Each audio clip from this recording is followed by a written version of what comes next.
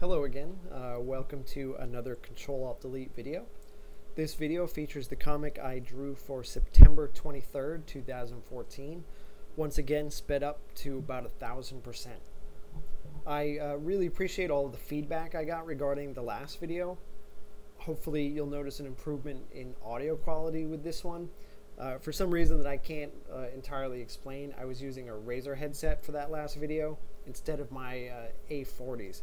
So I've switched those out now, and I feel like the difference is pretty noticeable.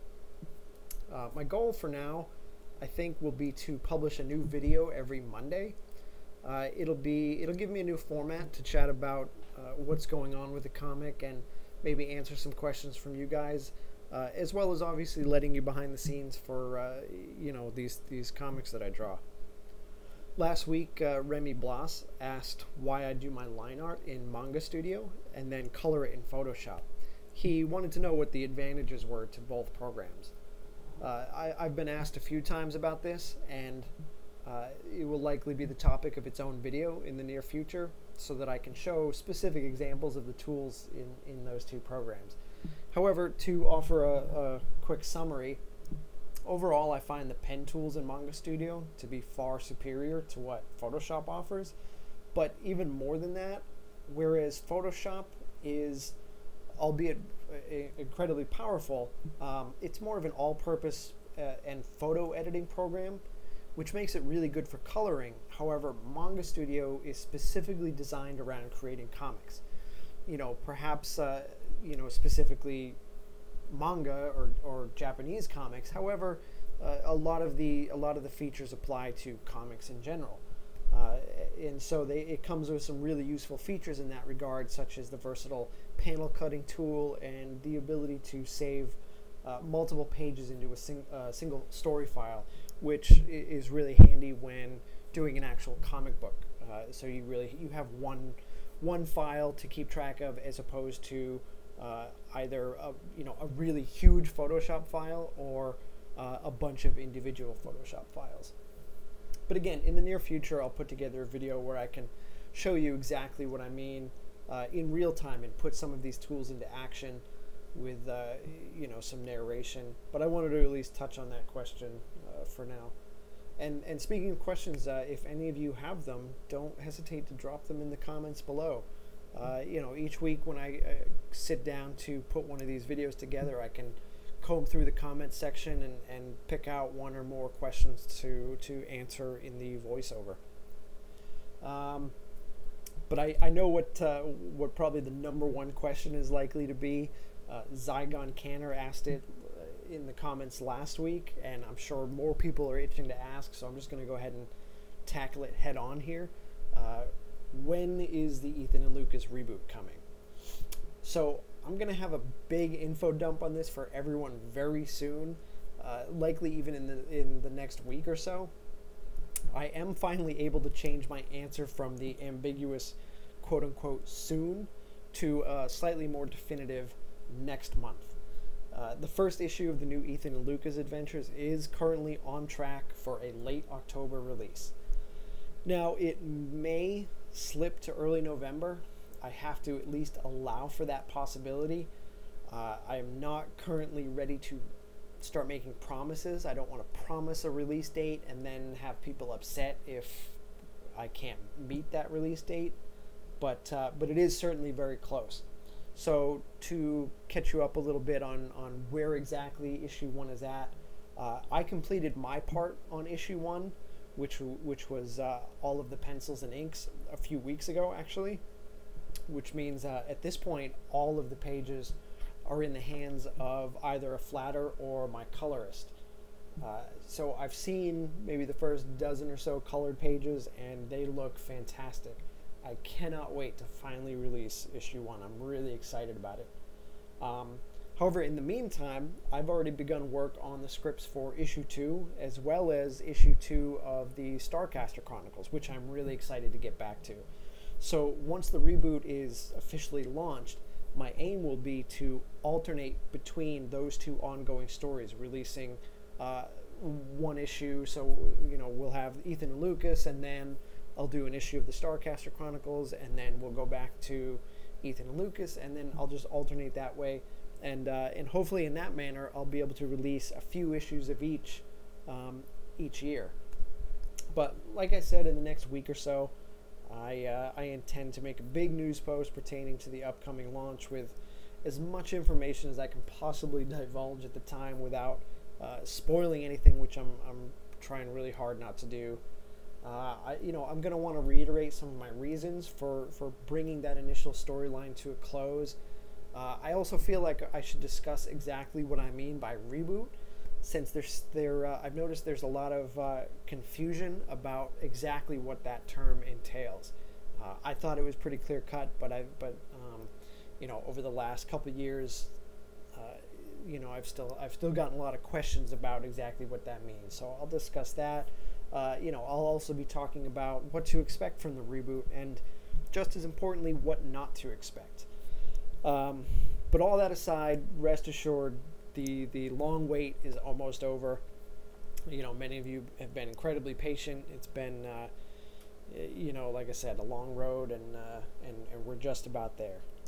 So this past week, I've been playing a few different games when I have a little bit of free time.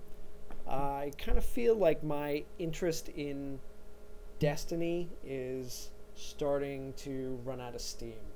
While I do think it's a great shooter, as expected, it just doesn't have that, that spark or that magic something that would keep me coming back week after week, kind of like Diablo 3 did, especially with their most recent updates. I mean, there was a good month there that I just kept logging into Diablo to do rifts and to collect loot, and I just feel like Destiny is missing that little bit of charm. So while all the mechanics are there, it's just not quite congealing into the fantastic shooter that I think it was hyped up to be. And that's not to say that it won't get there. Certainly Bungie has the luxury of continuing to patch the game and adjust the game in a manner similar to an MMO, but again, so right now I feel like maybe I'll check in on it every couple weeks. I'll log in for an hour and shoot some aliens and then kind of get my fill and put it away for a couple weeks. But then, a couple weeks are going to turn into a couple months, and then before you know it, I'm just it's tucked away. But so I did pick up Disney Infinity 2.0 last week, and a whole bunch of figures, like almost all of them. I didn't get a few. I didn't get Hawkeye, not because I don't have love for Hawkeye. He just wasn't one of the ones I picked up initially. But and Iron Fist, even though he actually looks like a pretty cool character to play in the game. But otherwise, I love that stylized look of those toys. Like, I mean, look, I'm a big fan of superheroes. I'm a big fan of toys, and I'm a really big fan of that cartoony style that they have. So the toys were definitely like a huge draw for me. But they do come with a game, so I did give it a whirl. Me and my wife have fired it up a couple times and putted around. We played a little bit with the Avengers playset and with the toy box. And look, it's a game that is, I mean, it's really made for kids. It's directed for kids. It's fairly simplistic, but you know what? I mean, it was still pretty fun to play around with. Like I said in my review last week, while we were playing in the Avengers playset, we were running some missions, but most of our time was just spent running around, goofing off mostly. Like I'd pick up Rocket Raccoon with Iron Man and fly as high as I possibly could and see how far I could throw him, and vice versa. And so, it was just a good time. And then likewise playing in the toy box and creating spawners and changing textures and all that stuff. It was just entertaining. So for me, who probably would have bought the toys regardless of the game feels almost like a little bonus. It's not a AAA title. It's not gonna take over my free time in place of some of the other games that are out right now. But it's there, and again, my son is still a little bit too young for video games. He's still a few years away from being able to play. But I can definitely see the merits of a game like Disney Infinity for when he is old enough, and I look forward to being able to play those with him then. I've been putting a lot of hours into Wasteland 2, which I absolutely adore.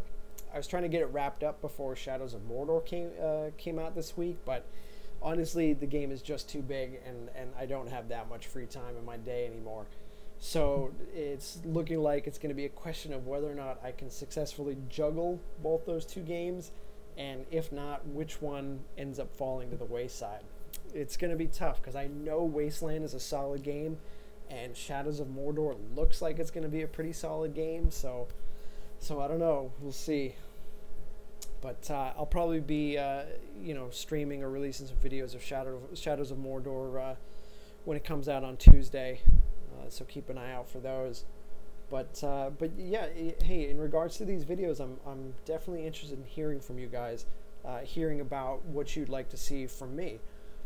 Recording one of my work days each week is pretty easy. I mean, I'm sitting down to draw the comic either way, so it's not that much more effort to just click record, and so I can do that. But like I said, if you have questions or if there's a certain aspect of my process that you'd like to see in more detail, certainly let me know about it, and I'll see if I can produce some videos that are tailored a little bit more in that direction.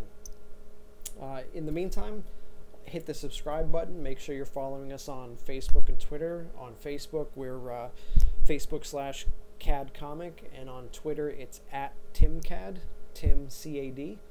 And stay tuned for next week's video. Thanks for watching.